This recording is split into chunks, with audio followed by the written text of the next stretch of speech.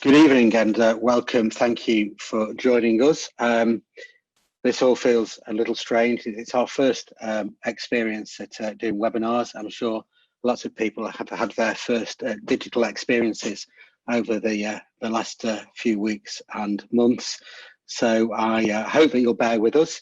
We're trusting the technology will work and we should have a good hour or so spent together. We promise Bex will take around about an hour of her time tonight so she can get on with the other pressing things that she still has to do over the next couple of days. Just a little bit of information to help us all get the most out of this evening's time we spend together.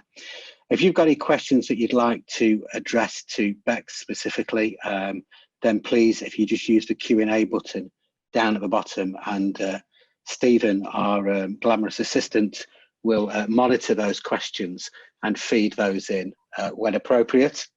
Also, you can use the chat facility, which is available to you if you want to talk amongst yourselves to share any of your thoughts with each other, then please do that. So rather than me introducing Bex to you, I'll allow Bex to introduce herself and share a little bit with you about why we've asked her to be our kind of star panelist for this evening. Hi everyone, thanks for joining. So I have been online for over 20 years. I first got pushed into doing it when I was doing my PhD. If you're sick of Keep Calm and Carry On, I wrote about that as part of my PhD. And if you want to know the true story of that, I've written about that too. My first ever website was to take a Word document and press save as website. So we all had to start somewhere. 20 years later, I now teach digital marketing at Manchester Metropolitan University. And I've just recently been described as a writer and commentator on technology and its interface with faith and life. I ran the Big Bible Project at the University of Durham for about 5 years. And when this pandemic broke out, I was in New Zealand, supposed to be having some rest, relaxation and writing time. Managed to get a flight back, and other small factor is that I'm living with incurable cancer, which has made me even more passionate about using digital to engage with our whole life. Thanks. So then, as you say, you were in New Zealand when all of this kicked off, and it's been nearly 4 months since the UK went into lockdown, and it's kind of at that point that churches suddenly seem to discover, and perhaps, I don't know, perhaps that's not fair, but churches suddenly seem to discover that there was actually an online world out there that they could engage with. But I don't know, from your point of view, do you think the world's really changed when it comes to digital communication? I mean, having trained as a historian originally, the world's always changing as far as I'm concerned. Maybe not in quite such revolutionary ways as the digital has made it, and the way that COVID has entirely pushed us into something else. We've seen lots of different new types of technology, and we have to remember that most types of technology have been new media at some point. Even writing, telephone, telegraph, they've all been new at some point. But it's all about sort of finding the need to use the technology, what's pushing us into using it, and remembering that we're not all going to use it in the same way. And when people talk about digital, or even when people talk about social media, we have to remember that's a collection of things. So social media, Facebook is not the same as Twitter, is not the same as Pinterest, is not the same as Instagram. They all do something a bit different. So the way we can connect with each other changes. I think the explanation I quite often think about is different technologies have different shapes. So say if you had a brick, there's certain things you can do with the brick. There's some things you can do and there's some things you can't do, but you can choose whether to use it to build a building or to throw it through a window. And a lot of technology has things like that. So whilst I was out in New Zealand, Heidi Gamble, who writes, is one of the best known people writing about digital religion, said, could we write her a book chapter in 2 weeks, because she wanted it out in April. She wanted to be able to help people who were suddenly finding they're having to put their churches online, didn't know what to do, there's been a lot going on. People have been researching this for 10, 20 years. The Premier Digital Conference has been going since 2010, I think I first went to it. I think that was the first year we had it. So there's been a lot of conversation going on there. I've judged the digital awards for Premier for the last 4 or 5 years, and the quality has got better and better and better of kind of websites that people are doing. But I think quite a lot of the time we're still stuck with the idea that we do religion online, so we take what we're already doing and try and do it online. I wanted to ask you about that because, as you say, the Premier Digital Awards have been around for a long time. I can remember going many years ago now to be part of that. Would you draw a distinct line between churches now who are taking their churches online and online church? Yeah, I think it's so I think if you're just doing exactly what you did before and putting it online, you're really doing religion online. You're not really thinking about what the digital can do differently from what we might do sat in a building or what we might do elsewhere. So if we just take services online and do them exactly the same way, we're not doing a huge amount different. There's something valid in doing that, but you know, the technology, we can do a lot more real time, a lot more interactive, and we can go beyond the kind of just talking at people. I know we're kind of doing a conversation, so that's part of it. If we really wanted to, we could bring everyone else in, but that's not how we've chosen to do it because it doesn't work for what we're doing tonight. I think digital and social media gives us the opportunity to do things a lot more outside of what quite often is just seen as Sunday. I mean, you guys must get so fed up with people going, oh, but you only work one day a week. So people already don't know that you're doing all this stuff, but actually all this other stuff could be done in a digital format. And I think I think it's becoming quite clear that it's going to be a long time before we're going to be able to go back into churches in the way we did before. You know, the problems with the singing and everything. So I think it's really good to think about how do we experiment with different things? How do we kind of look at what we're doing and think, why are we doing this? What purpose does it have? How does it help us? Is there something digital that could help us do it better? Because if we're so busy doing what we've already done, but trying to learn a new platform, we're not looking for completely new opportunities. Yeah. And so kind of like, as we think about kind of going forward, you know, and already people are starting talking about a phrase about when we come out of this, you know, what do you think that kind of digital platform opportunities add to that conversation? It's just thinking about what can we hold on to. I mean, I'm probably jumping to a bit we've got further down as well, but I'm thinking as someone who's really struggled to go to church in a physical format for the last 2 or 3 years. So I got diagnosed with cancer in 2007, and then just after I thought I'd finished my treatment, I got diagnosed with incurable cancer. I have massive fatigue. I struggle to get out of bed in the morning. And then you've got to make that effort to go to a church when you're not really settled in one. Ever since we've come back from New Zealand, I've really enjoyed, I go to the little URC church, Leven Tube Inspire. And it's small enough that we can have a Zoom and see everyone on the panel at one time. But that means that probably when the physical church starts up again, I'll have got myself into that community and it'll be much easier to go. And I think part of my desire of looking at digital has always been about how do we break down those doors between church, which people, if they think about it at all, and a lot of people don't think about it, it's just irrelevant to them now. But if they think about it, they think it's people in weird robes doing weird ceremonies, speaking to an imaginary being, and all these kind of negative perceptions that people have. And my hope is that online gives a lower impact chance for people to join. You might sneak in and join a service online because you know you can leave again if you want. Whereas, you know, if you walk into a physical church, someone might stop you on the way out. There's a sneak out halfway through, isn't it? Yeah. So, I mean, there's some real advantage. You've talked about that, but there's been a lot of debates, hasn't there? You know, about the digital world and about online participation, about including people or excluding people. The kind of whole conversation around digital literacy and digital poverty, and you know, what's your kind of thoughts on that kind of argument and discussion? So I don't, in some ways I think it's never going to be possible to include everyone and everything, but I think the more that we're aware of what the problems are, the easier it is to manage them. So I think if I'd been talking about the digital divide 5-6 years ago, I would have been talking about people not having the devices and not having broadband access. I think for most people, they now have a device and they now have access of some kind, but it's not necessarily equitable. So there was a story the other day saying 1.9 million households in the UK still have no broadband at all, and tens of millions of households are coping with old devices, pay-as-you-go phones.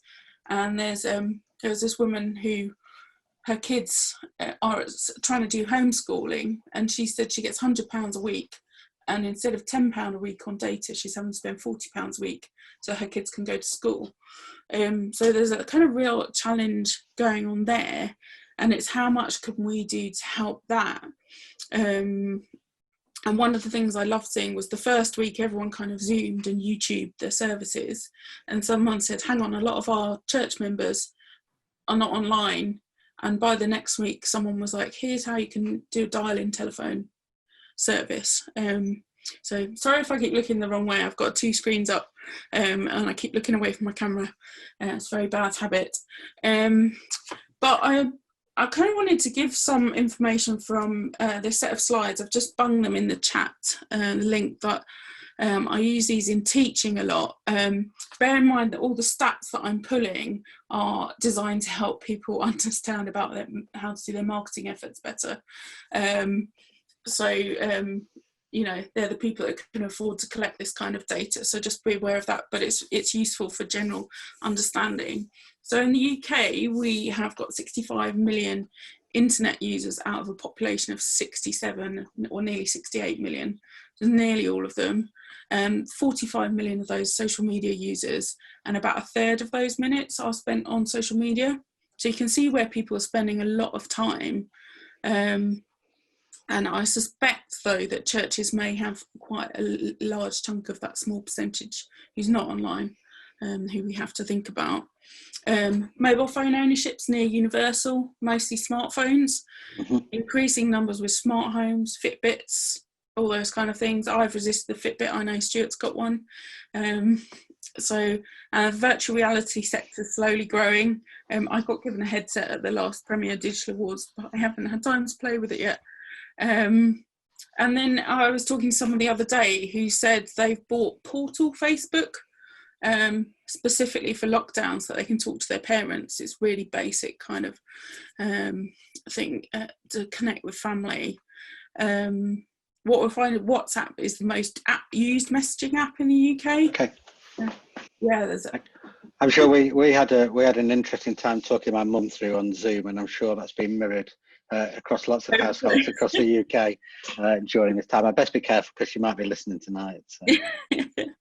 Yeah. Is she going to be one of the people who has the 107% of mobile phones in the UK? Yeah, she is. Yeah, but to be fair, she has a laptop and a tablet as well, so I can't know that. But it did make me think. I wondered about, what does that say about where we spend our money as a church? This is something I've only really thought about as we were preparing for this. There was a talk at Greenbelt last year where someone stood up and very heartfelt saying they're really frustrated as a minister that they spend 90% of their time looking after the building and the graveyard, and then want to look after people. Can some of that money go towards digital to help people stay connected? It's a challenge, isn't it, thinking about where we spend all that kind of money. And it's thinking about how we're connecting with people and what they're doing online. People are spending about 5.5 hours a day on the internet. About over 3.5 hours of that is mobile. So obviously some people are really high on that and some are lower. And the average speed of internet connections has increased by 17%. We're all getting much more used to the idea that we've got a high speed internet. If you're looking at the websites people visit most, Google, YouTube, Facebook, BBC, Amazon, Wikipedia, no huge surprises, I think. and the top Google queries tend to be looking for news and weather and Facebook and Amazon. So people are, it's quite funny, people are still going through Google to find platforms. And then sort of the last bit from that, last couple of bits from that report is they've started asking people about have they thought about things like screen time. And people are increasingly worried about their screen time, although I'm more interested in the quality of what we do online, even for children. And a lot of the research that has been done says is once you take out other aspects such as class and race and education level, they have a much bigger impact than screen time. And they say there's no evidence that technology is any more dangerous than eating potatoes. So it's fun. I have to confess that I've cut my screen time down now and just limited, particularly on my smartphone, to remind me when my screen time's up. And now all I find myself doing is clicking the override button. So I'm not sure the problems with the app, and it's the problems more with me. I think it's when it helps, isn't it? So for Lent a couple of years ago, one of my friends decided to not look at her phone until 9 o'clock in the morning instead of it being the first thing she looked at. And she said it was a really interesting exercise and made her think about it. And she's gone back. And I think that's what I'd always push people to do, is have a look at your habits and see if you feel better if you try doing it, rather than everyone saying you should only have 2 hours of screen time. Try reducing your screen time, see if that's better. Or try reducing your social media time and increase something else. And see what it is that makes any difference. I thought when I'm rewriting second edition of my Raising Children in the Digital Age at the moment, and one of the books I picked up was this guy that goes into schools and talks to kids, and he said they're so fed up with the online safety message, and they absolutely love the opportunity when someone says to them, what do you enjoy doing online? And suddenly you get a whole new side. So talk about what we enjoy doing online. Let's kind of make the shift to talking a little bit about discipleship. And discipleship is both something that's kind of communal and I guess also individual. And I guess in the past, people have always thought of communal as being something that's kind of face to face, and anything that's more in a technological as individual. And I guess also when we think of individual like that, we also might think it kind of isolates us from other people. And I think there's a fear that going online is kind of is destroying community. So I wondered, first of all, how true is that? And then what we're going to hold on to? What is church going to look like digitally? And in a sense, we all went into this kind of lockdown experience together. But it's clear now we're not all going to come out of it together. We're all going to come out at different times. Some of us will have to remain away from others for a lot longer. So kind of how do we do the hybrid of online and offline? How can we use technology to bring everyone along with us together at the same time? How do we grow disciples whilst doing it digitally? Do you draw a distinction between us being the church and online, and as we touched on before, being an online church? Yeah, I think for me, the best thing is always having a blend. So it's quite interesting that 2 of my job titles, one was a blended learning fellow and the other one was a technology enhanced learning fellow. And neither of them were, it's all about the technology. It was all about what are we using this for? Why are we using it? And then how can we use it well? So for me, I pinched a Billy Graham quote: a disciple is simply someone who believes in Jesus and seeks to follow him in his or her daily life, which sounds quite individualistic just on its own, actually, doesn't it? And actually I quite like the idea that we can do a lot more discipleship together online. And obviously for me, the last couple of years, everyone's like, oh, I've been isolating for 2-3 months. I'm like, I've been in and out of isolation for 3 years at various points, and social media has been the thing that's kept me sane, because social media is not about the technology, it's about the people in that technology. So if I lose my phone, it's not about losing the phone. well, although it's quite expensive tool to lose, but it's that I've lost my connections with people. I've lost my diary. I've lost my Bible. I've got paper Bibles, but I haven't picked them up for months. And I think one of my favourite Bible verses is the Message translation of Romans 12, 1-2. So here's what I want you to do. God's helping you. Take your everyday, ordinary life, your sleeping, eating, going to work and walking around life, and place it before God as an offering. And then that goes on to say, don't become so well adjusted to the culture that you fit in without even thinking. And I think that's the important thing we can start to do from a theological perspective. I'm not a trained theologian, but we've all got a sense of theology of what this technology can do. And for me, the online is a real space. We engage with it in our bodies. And I think there's a sense of being present. So I can be physically present, but mentally very absent. Or I can be, like now, the only thing I'm doing is engaging in this webinar. So let me just stop you there for a second and just feed in a question that Stephen's that's shared with me that's come from somebody participating. Netflix and other associated platforms have transformed the way we watch TV. Do you think churches could take note of this and see how they could transform the way we, or some at least, do church? Yeah, I think it's thinking about what have Netflix and those other platforms done differently. They've moved from synchronous viewing, haven't they, to asynchronous viewing. You can watch when you want, where you watch. And the more churches that put content online, the easier that is to do. Some of that's got shorter. Some of that has encouraged personal input. I'm thinking more of somewhere like TikTok, where it's a little bit more sloppy. I used the word shonky earlier. Stuart said it's not a real word. There's the sort of less professional type of content that's done. But it is looking at that holistically, and it's going right back to the roots of thinking about, what do we have church for? Church is for our coming together as a community. It's for our own personal discipleship. It's for glorifying God. Those are the three that come to my mind, I think, fairly instantly.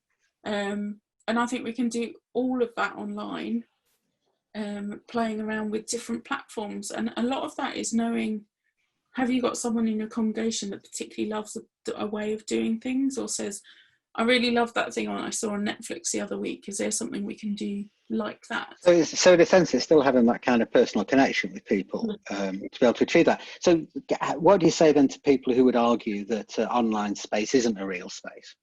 Well, I think people have said that for a long time, but and I think a lot of that's come from really early research, which had a look at sort of where there was very little, people had to work quite hard to make a connection.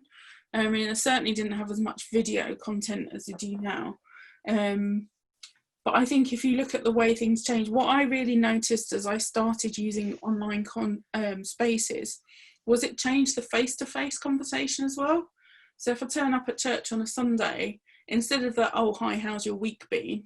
It was like, oh, I saw you did so-and-so on Thursday. And it just changed the conversation. And one of the things that I think really changed was it leaves space for deeper conversations. And it's one of the things that I think is being shown actually in the lockdown, because people can't get away from each other. They're forced into deeper conversations with each other. And I think that's the same with how online gives you a chance to, it gives you a chance to chat with each other in a different way. Sorry if I ever go off on it. I've got slight chemo fog every now and then. And sometimes lose my thread halfway through a sentence, which is why I've got lots of notes written in front of me. I can do that without a treatment, Bex, so please don't apologise. Yeah, it's really frustrating. I did it on TV once and just about managed to catch myself. Yeah, but I think it's, I mean, church is always worried that digital is going to destroy a community, and I think it's very much about how you use it. At the moment, our choice is really only to have digital, but I think a lot of it, because churches are so physically and locally grounded, I think we've actually ended up probably with a more hyper-local, so where you use the digital to enhance the local. So if someone 3 streets away needs some shopping dropped off, it's really easy to use the technology to do that. I think I was on a radio show years ago, and we ended up saying we need to know when is the right time to go around and have a cup of tea with someone, and when's the time when actually you can use the technology for a quicker chat to keep things going. So it's very easy to flick someone a quick message online. I'm trying to think about the pastoral load as well on ministers. You know, in some respects it could create more work, but in other respects, if you can get more of the church involved, people can be aiding each other. We see it with our students at work, is if you set up a group for the students, quite often all the questions that used to come by email, the students answer each other by the time the academic comes into the chat. We can deal with the stuff that we're supposed to deal with, the sort of bigger questions and the learning. Okay, yeah. I mean, I know, having spoken to you over a number of years now, that you, over the kind of past few months, have really kind of appreciated that blend of online support and offline support, and, you know, and how that's worked for you. Yeah, it's made such a difference. Just being able to connect with people. So there's different communities that might belong to. So I've got my online cancer communities. I'm on chemotherapy, I'm on steroids, I'm wide awake at 3 o'clock in the morning. Someone else is almost guaranteed to be on steroids at 3 o'clock in the morning. So we can have a chat on Facebook if we want to. We had things like, I had treatment just for Christmas. I couldn't go home. You guys dropped around some food. I had to miss New Year's party. You guys did a little video from me from the party. So I felt like I could still join in those things. And I know certainly while I was in New Zealand, as the lockdown hit and I thought I might be stuck out there for months and months, I ended up, one friend I would ring when I woke up in the morning, so it was nighttime in the UK, and and at the end of the call would be just have a day. And that just kept my mental health kind of ticking along. So sometimes it's not all the big, you know, I think quite often when people think that they have to do online church, they think they have to do kind of the equivalent of a blockbuster video, whereas actually quite a lot of it will be like smaller things that are happening in between the community, and it's encouraging the community to talk to each other and use, you know, if you have sermons, you use them to talk about how people use social media as part of it. And so people are actually thinking about it. One of the things that they say in research now is digital has become so everyday, we don't even think about how we use it anymore, which gives the social media companies a lot of power. So we need to be questioning. It's just mine with my favourite quote, which I always like to give. Sonia Livingston says, even though face-to-face communication can be angry, negligent, resistant, deceitful and inflexible, somehow it remains the ideal against which mediated communication is judged as flawed. So it's the idea that I'm not campaigning for it to be all digital. I want us to think about what the digital does well and what the face-to-face does well, and how we can find a mix for that. You know, if we're going back to churches, is there a way you could have a little live stream going without too much effort from someone within the church? I'm really aware that churches have not got massive resources in terms of time or money.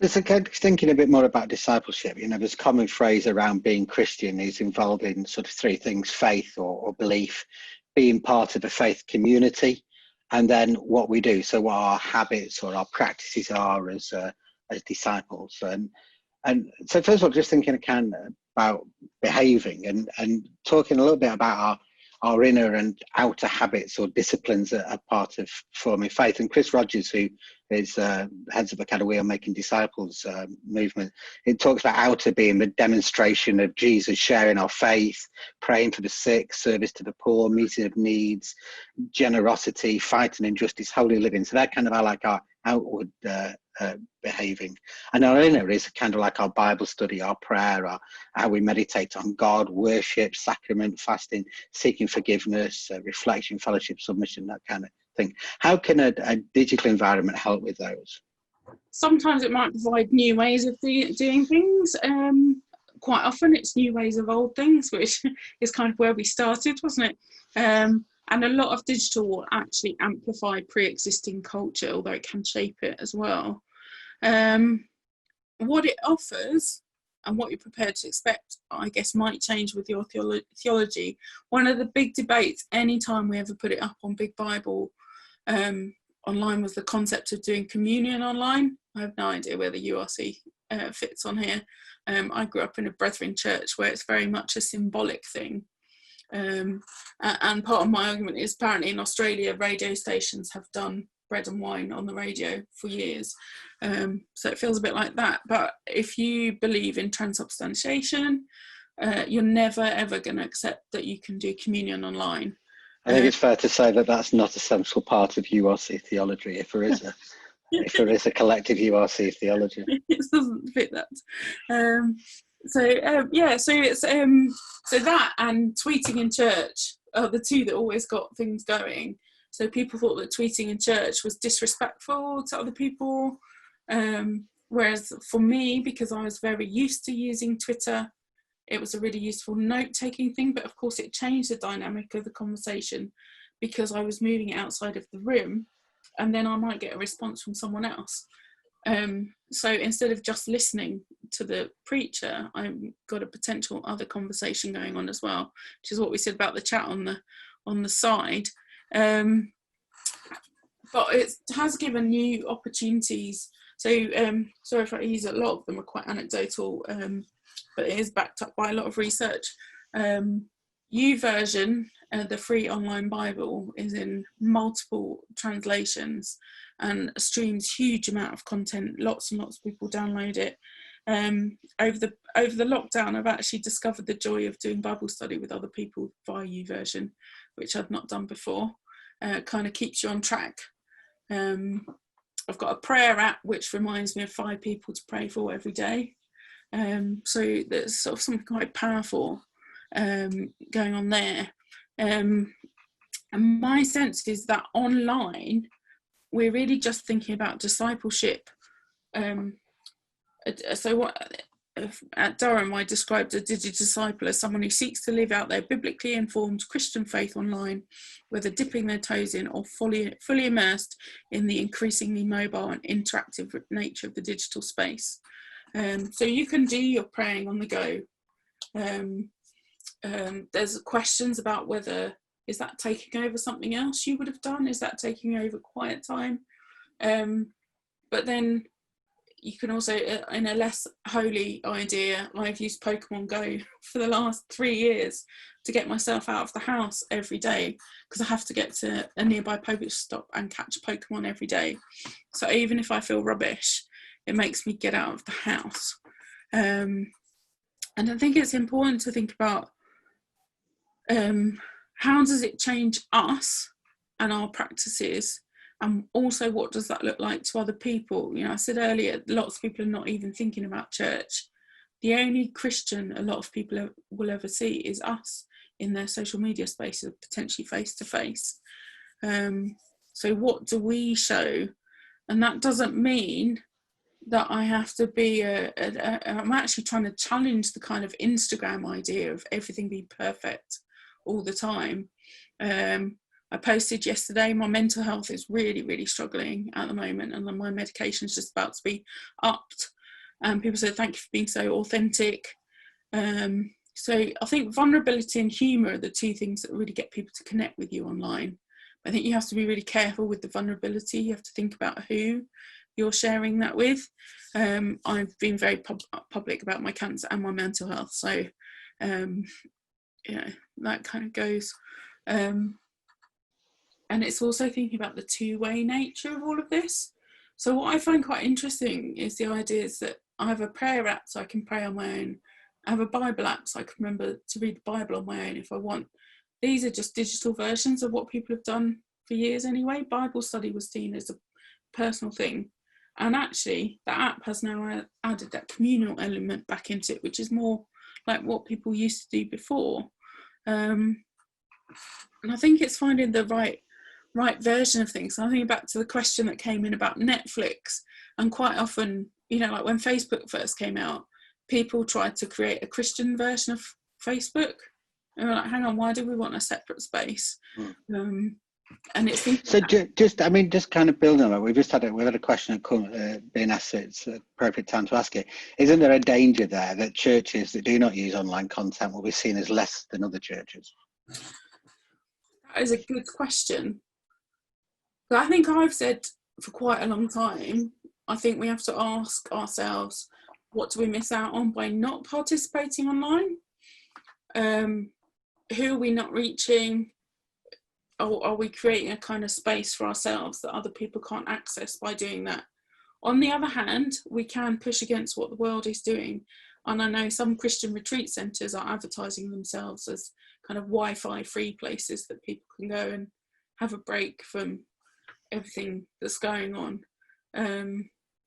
I think it is going to be a struggle for people who don't manage to do anything. Sarah Batts did her PhD 2012 and was saying a website was what most churches had managed to do, but quite a lot of them, having put it up, someone left and we're still advertising Easter from 2 years before. So I think if you're going to do it, you need a system that kind of means that someone can access everything. So I think there is a potential worry with that, but I think everything is online now, and it's certainly most people who are searching for a new church will go and have a look online. Church of England's invested a lot of money in its church near you. I don't know if it only does CV churches or if you can put other churches in there to make that easier. We spent a bit of time kind of talking about the positive things about how it alters the digital world alters our behaviour as Christians. Do you think it hinders it at all?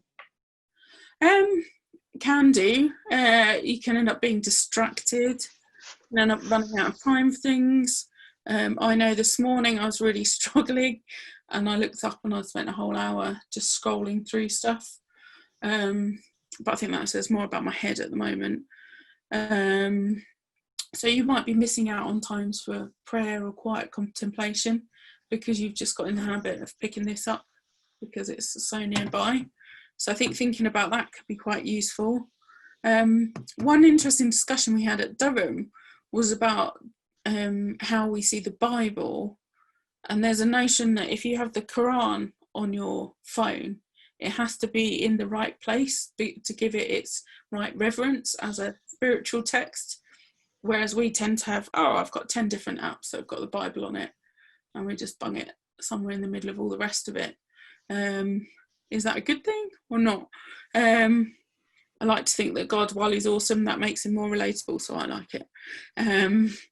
There's big questions about the phones themselves. I tried buying a Fairphone while I was in Durham and spent a year trying to convince myself that having a phone in which all the components were fairly traded and in which the design was intended to be upgradable was worth the fact that the function was not what I was used to.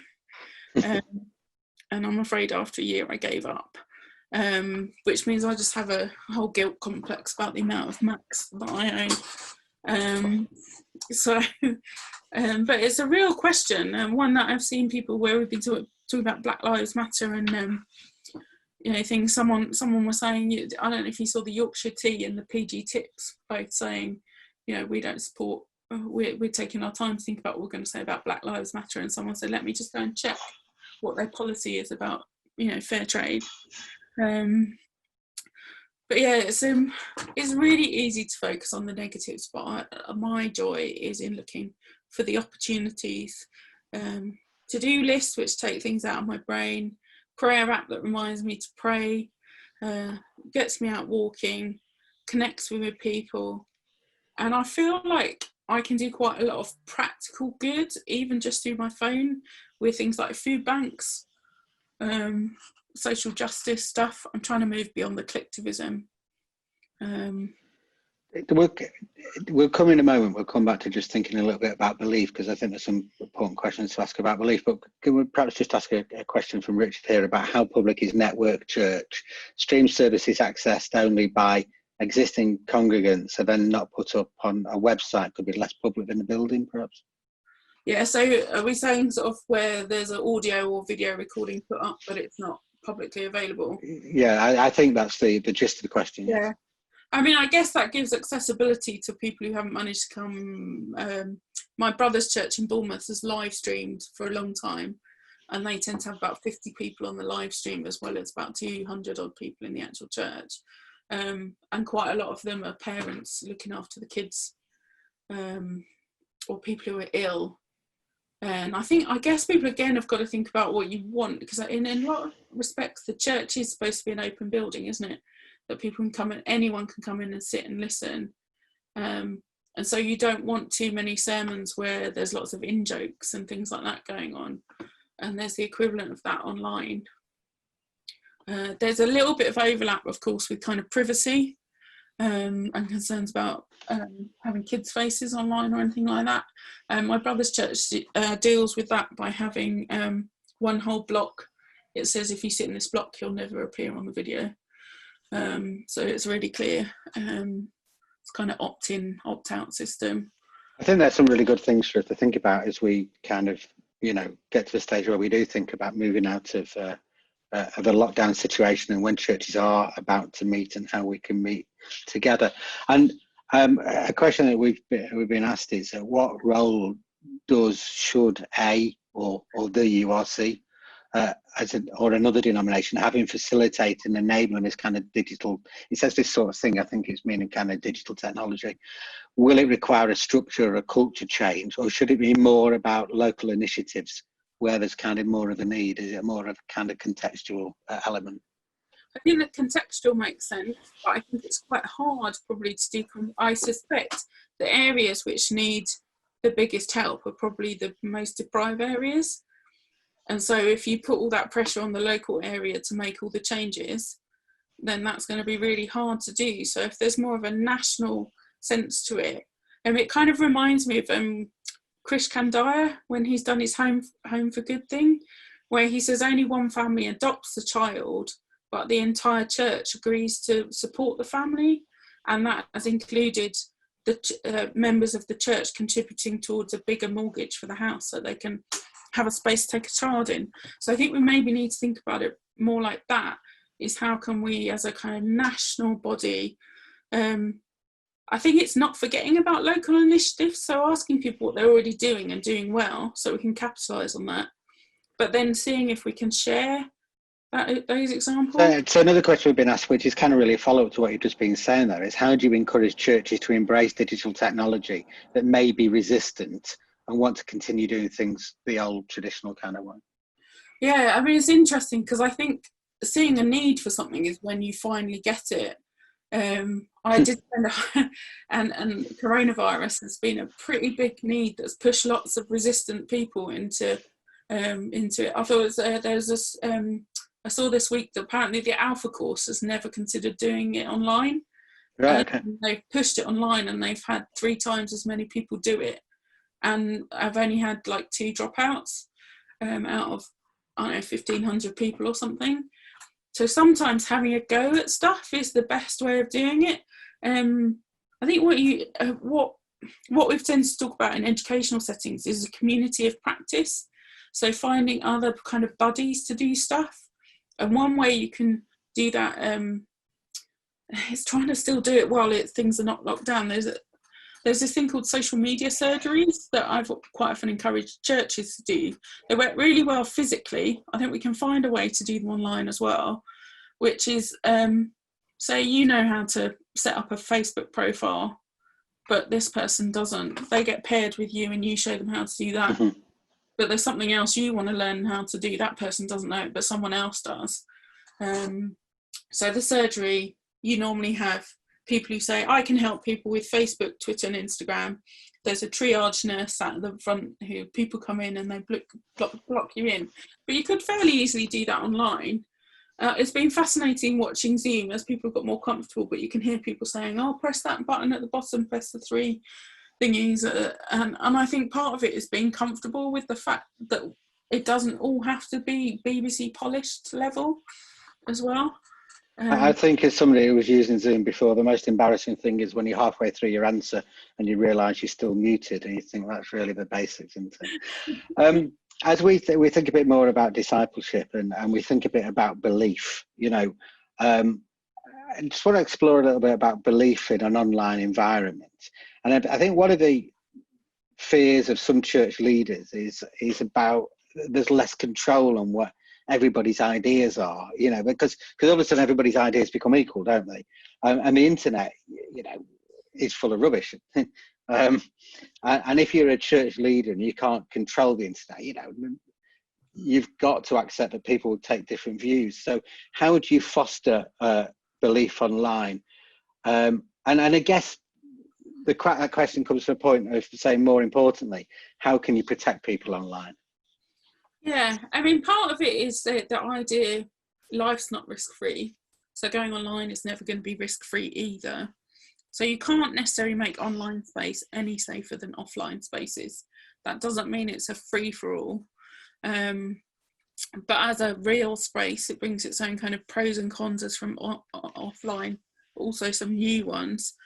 And I think it's quite interesting, the idea that I think we see it with the BBC do it, don't they? They say we're doing impartiality. So we've got someone who really hates this and someone who really loves this, which is not the most nuanced conversation I've ever seen. So it's actually, and people have got this sense that online everyone's ideas are equal. This isn't true at all. You have to fight for visibility online. So if I post stuff on my website, because my website's been live for 20 years, it's going to rank higher than someone who's set up a website last week. If it's a .ac.uk site, it's going to rank a lot higher than something else. But I think one of my things is thinking about, what does it say about you as a leader if you're worried about total loss of control? Mm-hmm. Because if your job is encouraging discipleship mission, do you need to be open to pretty much any question that might come? It's scary, but there's more than kind of the sound of your own voice that's at stake in this thing. And I think I'm seeing it as a teacher. When I'm there with a student, my job is not to do the learning for the students, but to set up the scaffolding that provides a safe and structured space that they can learn within. So it's trying to do that. You've got limitations, time, space, resource, but you want people to have the best Christian life they can have. I want my students to learn the most that they can have. I want them to get the best grade that they can have. Yeah. So how do we help people ask the right questions? How do we experiment with different shapes of service? I really loved, I was like 6 years ago, someone said to me, can you do me a 90-second video about the loaves and the fishes? He said, I don't want you to overthink it. He said, I've got 4 different people from all around the country, and I'm going to show those videos in my service. And I'm expecting all 4 of you to say something completely different, just to show how the story ties to different people. Otherwise you end up hearing kind of the same stuff. And it is knowing that the online space is very much shaped by what the offline space already looks like. I don't know how many of you have read the Caroline Criado Perez book about the world is built as default white, middle class and male. So the infrastructure is shaped in a certain way. It's presented as just facts. And she was saying things like, when phones with the walking distance were put in, it was done to the average man's stride. So there was no thought about differences. I think a lot of that nuance is starting to come in there. Yeah. But it requires people to ask questions. Yeah. So I think that kind of moves on to that sense of kind of belonging, because if there's one thing we know about online communication, and I think, speaking from a personal point of view, I've seen this more over the last week in the whole debate around the conversation around Black Lives Matter, is that the online communication can at times bring out the worst in people as well as bringing out the best in people. So there's something important here about learning how to be community online in ways that could actually build people up and not tear them down. What would you want to say to leaders about how we foster that, and perhaps even how we model it? Yeah, and it's trying to, and part of that may be who you are. So we always say historians are trained to sit on the fence with authority, so we can always see both sides of an argument quite easily anyway. So it's been fascinating watching some of the theological debates, some of the debates about whether the physicality of church and how upset people are that the buildings are shut. And I think quite often the internet does bring out the worst in people. It's public, it's global, you can respond very quickly so that idiots do come out. But I've had a largely positive experience. Sometimes I want to think about what am I doing that makes it such a positive experience, but I feel like I control a lot of what I do online. I choose who I connect with, I choose what kind of content I share, I choose what time I look at my phone. I refuse to give into that, well, you sent a message 5 minutes ago, so now I have to reply. There was a piece on Mashable this week saying people are really upset when they see you post something on social media but you haven't replied to a text, and they assume that means you hate them. So some of it's trying to change people's expectations of what that means, and sometimes you might not speak out on some really controversial issues, but I think a lot of it is about kind of role modelling and trying to see, how do you interact with grace? How do you look at someone and say, well, I wouldn't have thought that, but that's really interesting. Where do you come from to have that kind of perspective? But then I'm quite gentle in what I do, and I've been fascinated watching in my secondary cancer group, people who are much closer, you know, they've already run through pretty much all their treatment options. They are super angry and they're quite virulent online. And I'm like, maybe I'll end up more like that once I feel like I'm in that position.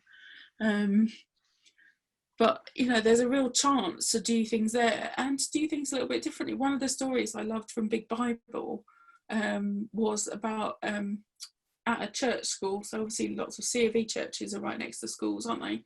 And there was a whole load of parents who were stood out in the rain, and the church next door invited people in for tea and biscuits. No evangelical agenda there at all, just it's raining, come and have tea and biscuits. And this started happening on a frequent basis, and now over half of that group are regular attenders at the church, and the church now has a whole load of children that go. But she said if we'd tried to do that as an evangelical thing, that wouldn't have worked. But the way it worked really well was because a Facebook group was created alongside that, and so people were talking about their everyday lives and looking forward to going to the church building. And I guess being able to connect in those in-between times as well. Yeah, really, really powerful, I think. I mean, I found it quite interesting over the lockdown. There's a sense of belonging, and I know some people are wondering what they're going to do when we go back to a more normal church. So I've rejoined my Durham house group. I live miles away from Durham now, but I can join them on Zoom. And kind of pick it up on that, and you know, it's not too personal, but you literally spent, you know, I'm trapped in a foreign country at the beginning of a whole lockdown. You know, if you you're connected with Bex online, you will have seen this whole kind of debate about how you get home from New Zealand when really you should be isolating from other people, and you need to come back to this country. How important has how online communication been for you through this particularly difficult time? Oh, absolutely key. I mean, I was interviewed by a business journal a couple of years ago, and I said I don't even know how I would have got through cancer at the beginning without Netflix and Facebook. And I think New Zealand was the same. So I was able to connect with the people so I'm at a conference, an Anglican conference centre, supposed to have 40 people sleeping there, and I'm rattling around on my own. So I'm able to WhatsApp the people that live there, that were supposed to work there but were, you know, living nearby. We're able to chat with friends and family. The time difference was a challenge, but I use this software called Acuity, and it sets up appointments and it works out the time difference. Never used House Party or Zoom before I was in New Zealand, so had to get those. And it's that kind of in the middle of the night, help.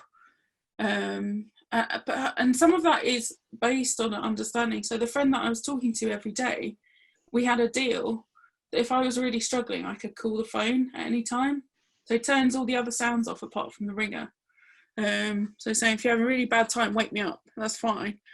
But yeah, it was a really kind of powerful mental support, but also did practical stuff. So my MOT, we got all excited about the fact that I was going to get 6 extra months on the MOT, but it expired the day before we had to have them. So yeah, he let himself into my house, got my car MOT, so by the time I came back I could drive to the hospital and have my appointments, which was the rush to come back. And I've managed all of my insurance and everything, and all my medical stuff really has gone online as well. And I haven't found it too much trouble working from home or getting my food delivered, because that's what I've been doing for the last couple of years. Just competing with everyone else now for slots. And I think we are talking about this now because we are in, this difficult time. And as we mentioned before, really, the kind of necessity to think about the digital world has been thrust upon us because we're in such a difficult experience at the moment. But I'm kind of talking to leaders who are wondering what we might do now to help people make the most spiritually from this kind of time of isolation, but also whether things need to go back to normal. And could we develop positive digital practices, do you think, during this time? Yeah, I think a lot of it is how can we live our lives together, the good and the difficult parts of it, with that mix of online and offline. I think people have found that they can chat to each other more. So one of my dissertation students looked at disinhibition online. So the idea that there's a screen between you and someone else, so you don't really think so much about the person at the other end. It's often been blamed for bullying, but actually it also helps if people want to ask questions about faith, because there's a lower risk situation to be able to do that. So I think there is a space to develop much deeper relationships online, more honest, more supportive, more challenging. Part of that might be rethinking what the role of the minister is, and not necessarily putting all the pressure on the minister, and thinking actually more about how the community does things together. And one of my favourite challenges, I used to run workshops called Social Media for the Scared, not Social Media for the Sacred, which is what some people thought was. And I would say to people, if we think about the fruits of the Spirit, what do those look like online? What does it mean to be kind online? What does it mean to be gentle? What does it mean to be joyful without being, the sort of grinning, completely strange person? What does it mean to be patient and self-controlled in an environment where people are having a go at each other and it feels very distant? Can we show how we can have more nuanced conversations? Can we find a way, now we realise maybe how many people are getting involved online? There's a real challenge because there's some people saying, hang on, the building's been a problem for years and I've got more access to content than I've ever had. This is more church than I've done for decades. And there's other people saying, I've got different accessibility needs and it doesn't work. So part of it might be knowing what your congregation particularly needs and working around that. And I think it's thinking about how do we model good ways of doing these things? How do we model not being completely exhausted by Zoom fatigue, by not feeling that we have to do absolutely everything? Can we find a better way of doing things? When I was out in New Zealand, Vaughan Park, they wanted him to do some, the chaplain on site, to do some online content, and we were talking about it and we said, what does Vaughan Park stand for? It's a place where people come to learn, to relax, to enjoy the beauty of New Zealand beach. So it's supposed to be a low pressure space for reflection and thinking. So therefore you want to produce content that reflects that. So he set up an Instagram account and he does short Instagram messages of kind of 3-4 minutes and beautiful pictures. And so it's a kind of low pressure thing against the tidal wave of information that was coming. So it's very much thinking about what your church stands for. and pushing that. And I think I want to push people to have a go at things. And the more that there's a space for sharing what someone's doing, you can go, someone's doing that, that's worked for their church, might it work for your church? And so what would you want to say to churches about having a go at something new or different?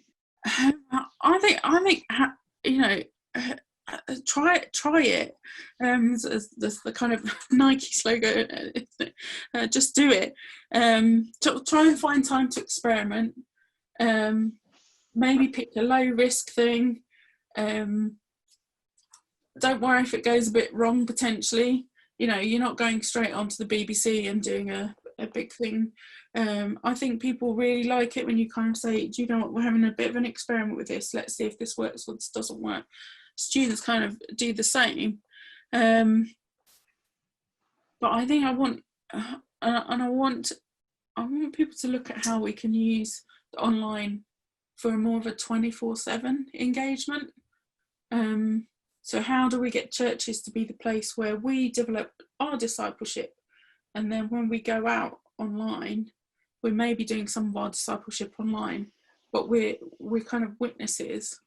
So I think it's really interesting at this moment in time. And I know we were talking that the BBC have done research recently that said that people are connecting more with friends and family at this time than they ever have done before, and the level of those conversations are going much deeper.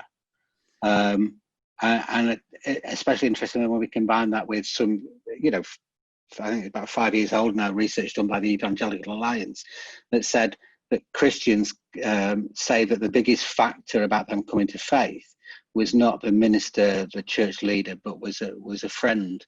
And do you think that the digital environment helps us to join those two pieces of research together, really, the deeper conversation with the introduction of faith? Yeah, I think it's, I'm always a bit wary about going into a space with the intention to evangelise. I think most of us, and most of your church members, are living online as part of their lives. So how do we kind of capture that? I've had people say to me, the way you've responded to cancer treatment, that's kind of interesting and makes me think there maybe is something there, which at times has felt like a pressure to look kind of happy and like I'm coping with it all, but actually I think it's the honesty of it that gets there. And I love the fact that the other week when I was really struggling and I said to someone, I don't want to disappear down the whirlpool, and someone said, well, if you go down the whirlpool, Jesus is going to come down there anyway. And that kept me going for that day. So it's that kind of ongoing conversation. I still think it's important. So yesterday I went out for a socially distanced walk with someone because the GP said, I think that will help. You might be high risk, but you should also, there's something about face-to-face that has its own value. But it's understanding what the digital can do and can do well, and particularly for the intervening time. And I think there's some churches who are starting to say things like, house groups have all been done as physical places. Actually, can we start making some of the house groups into online only, so that there's some people who never get home from work on time. Can we do church at different, I find 10 o'clock on a Sunday morning or even 10:30 pretty challenging most of the time. So actually it's not about replacing everything with digital, it's about using the right tool for the job. It's about experimenting, it's about talking to each other about what others are doing that we could maybe doing, and need to ask ourselves what our purpose as disciples and as church are on the earth, and then find the right tools that help us do that. Sometimes that's going to be in person, sometimes it's going to be on paper, sometimes it's going to be digitally, sometimes we're going to be trying to influence policy, sometimes it's going to be something different. So at a basic, can we have someone with a little camera set up at the back of church that live streams for those who've not managed to go? Can we move some house groups to be fully digital, or make sure that people can access it digitally if they need to? Although I do think there's going to be an interesting question about who the members of your church are when people who geographically have joined you for 6 months and suddenly you're like, hey, you don't live near us, you can't join us anymore. which is a whole new webinar on its own, I think. We'll perhaps schedule that one for next month then. Yeah. Bex, thanks very much for your time, for sharing with us your expertise. Is there anything you'd just like to say before we go? Or do you think... Thank you everyone for input. I haven't managed to see any of the chats, but I'm assuming if there was questions, they kind of came my way. There's always so much that we can think about with this, but I think it always comes back to me about, it's not particularly about the digital, it's about what we're trying to do and how the digital lets us do that on the move in a kind of speedier way. We can't go through 600 church committees for every decision. And in fact, if you're going to let someone in your church maybe do the social media, then just have an agreement about the type of content that goes out and which ones need to be flagged up for another chat. If you would like to relive this this webinar experience, if there's things you want to go back and listen to again, this is a plug for our Facebook page. If you go to and search out the Mersey Synod Facebook page, then a recording of this webinar will be put up there, and also on the Mersey Synod YouTube channel. You see, we are trying to embrace what we're talking about ourselves, and possibly even on our old school website, we might have this available. But I suggest the first place is to head over to the Mersey Synod Facebook page, and over the next day or so, Stephen Mitchell, our glamorous assistant for tonight, who's been helping us, will have that up on there for you to be able to watch at a later date.